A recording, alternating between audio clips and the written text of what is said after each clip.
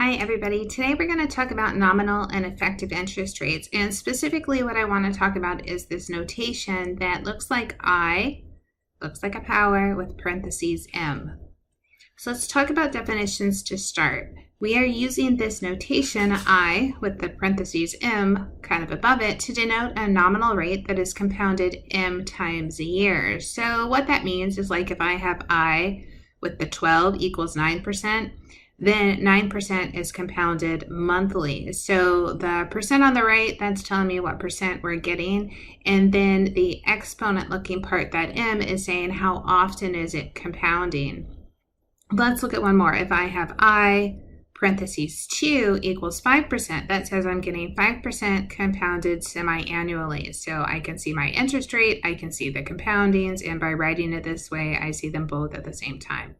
So for clarity, because see how I keep saying kind of like the exponent, not really the exponent, I to the M as an exponent is not the same as this I with parentheses M.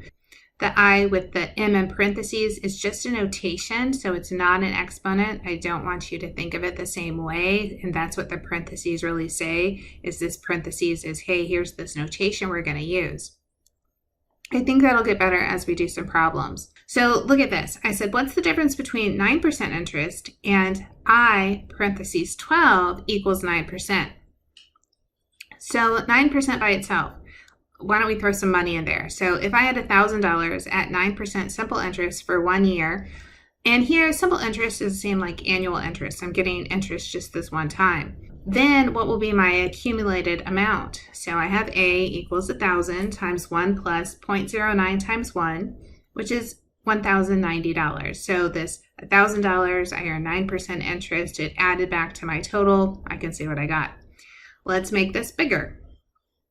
If I take this 1,000, but now have 9% compounded monthly for 1 year, then I have A equals 1,000 times 1 plus 0.09 over 12 to the 12 times 1. So now I'm looking at, I get 12 compoundings overall. Each compounding is getting 0.09 over 12 as the interest, and I got more money. Now I have $1,093.81. It's only $3.81 different, but it is different, and that's what I see between this compounded and simple interest. Real big idea here is more compoundings equals more money, and we're all a fan of that. So let's move that along to effective interest rate, and the effective interest rate of an account finds the overall annual interest rate being earned by an account. So instead of saying the compounded along with it, we could just give an overall percent that we're getting. So how you could kind of look at that is to find the effective rate of I to the M. We can do 1 plus I to the M raised to the power n and say that's equal to 1 plus something. So that something will be our effective interest rate. So let's try looking at that for the one we had before. Let's figure out the effective interest rate for I-12 equals 9%. So this is 9% compounded monthly. So I'm going to go to my equation, and I'm going to put in 9% for the I and 12 for the M.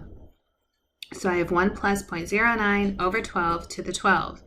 I put this in my calculator, and it gave me a lot of decimal places, so I just rounded it to 4, and I got 1.0938. Now, when you put this in the calculator, it's super important that you put the parentheses. So just like I wrote it on the screen, that's how you put it in the calculator. What does this say? It says, well, I can take 1.0938, take the 1 away, so I have 1 plus 0.0938. This 0.0938, that's the important part.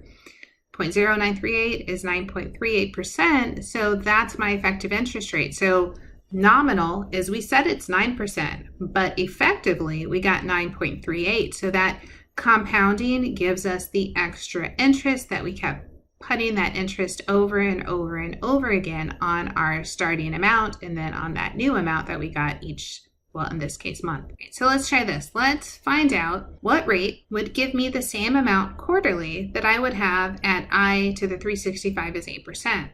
So again, thinking about what does this mean? I to the 365 is 8% says we get 8% compounded daily. Finding I to the 4 means we want to know what interest rate compounded 4 times a year would give us the same amount of interest. So we're trying to say, I could find some amount, right, that I only get 4 times a year. That would be the same as getting 8% daily. I expect this I to the 4 to be higher, right? I expect the amount of interest that I have to get to be a little bit bigger because I'm not getting the interest as often for it to end up being equivalent to I365 is 8%. So let's try that. So here's how we're going to start. We're going to say 1 plus 0.08 over 365 to the 365 is equal to 1 plus I over 4 to the 4. So there's some I don't know what it is, but this is what we want. We want for them to be equal.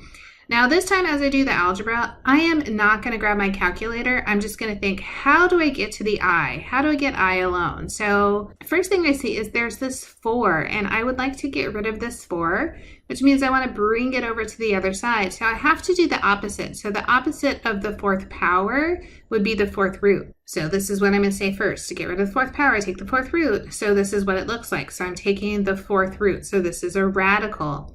And I will show you how to do this in the calculator. I'm going to do it twice, actually, 2 different calculators. So this 4th root got rid of this 4. Okay, so now what do I want to get rid of? I would like this 1 to move. To move that 1, I need to subtract. So now the 1 pops over to the other side. I'm getting close to having I by itself. The last thing I need to do is move this little 4 that I was dividing by. So I'm going to do the opposite, which is multiply. When I go to multiply, I need to stick parentheses around all of this because I want everything to multiply by 4. So you can see I put parentheses around that radical minus 1 and then the 4, and now I is isolated. I went ahead and put this in my calculator to show you what it's going to look like, and then we will do the calculator together. So when I did that, I got about, right, I rounded 0.0808, which is 8.08%. It is what we said, right? I said I expect it to be a little bit higher, right? If it's 8% daily, if I'm only going to go to quarterly, I better be getting more interest every quarter. So I want to take a look at that in the calculator, and let's do that twice. So I'm going to do it in Desmos, but I'll also do it in a TI calculator just to show you they're a little bit different. So let's say I started in the TI, and I could do it all at once, and I could show you more than one way. So I could say here's 4, parentheses. Then I need to do the 4th root. So over here, there's a button that says math. And in math, I can see there's this like the xth root. So I actually want to get rid of that because before I hit that, I'm going to have to put in a 4. So I said 4, I hit math, and then I hit the root, and watch, you'll see it did the 4th root. So I had to kind of tell it ahead of time what this, we call the index, what it would be. Inside, I need to say parentheses. So I have 1 plus, then I have 0.08 divided by 365, and then I need to do to the power, so I'm going up to the 365. Now I want to get outside of the radical, like this next part where I subtract 1 is not underneath the radical, so I have to make sure I'm outside of it, and then I can close my parentheses. So I kind of double check all of my notation that I put in, and then I push enter, and you can see 0.080796. You can see why I rounded up to 0.0808. If this is a lot and you're like, oh, I don't like that, that's too many steps, we could start slow. We could do 0.08 divided by 365. So I'm starting like order of operations, parentheses, exponents, right? So inside the parentheses, I have 0.08 divided by 365, and then I'm going to say plus 1. So it's doing it for me. I could raise that to the power of 365, but then I need to take the 4th root. Now there is this nice thing that the 4th root you can also do as an exponent, like 1/4 power. So I'll do it that way. And then I could say minus 1, and then I can say times 4. So that was a different way to go, kind of an inside out way for me to do each little piece. So I said start with the fraction, add 1, do the exponent, do the 4th root, subtract 1, multiply by 4, and we come to the same number. Another alternative would, of course, be to go to Desmos. So in Desmos, I'm just going to start typing 4 parentheses. Remember, I have the 4th root, so I have to go over to the functions, go down until I find this nth root. It's going to wait for me to tell it the root I want. Parentheses inside 1 plus 0.08 divided by 365 to the power 365.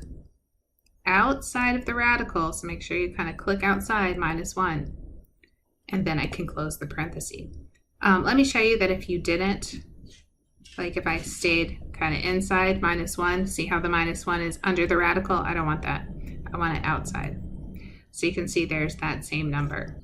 If you wanted to do that 1/4 power instead, here's what it would look like. I would have 4 parentheses, parentheses, parentheses again. So this is a little bit longer. 1 plus 0.08 divided by 365.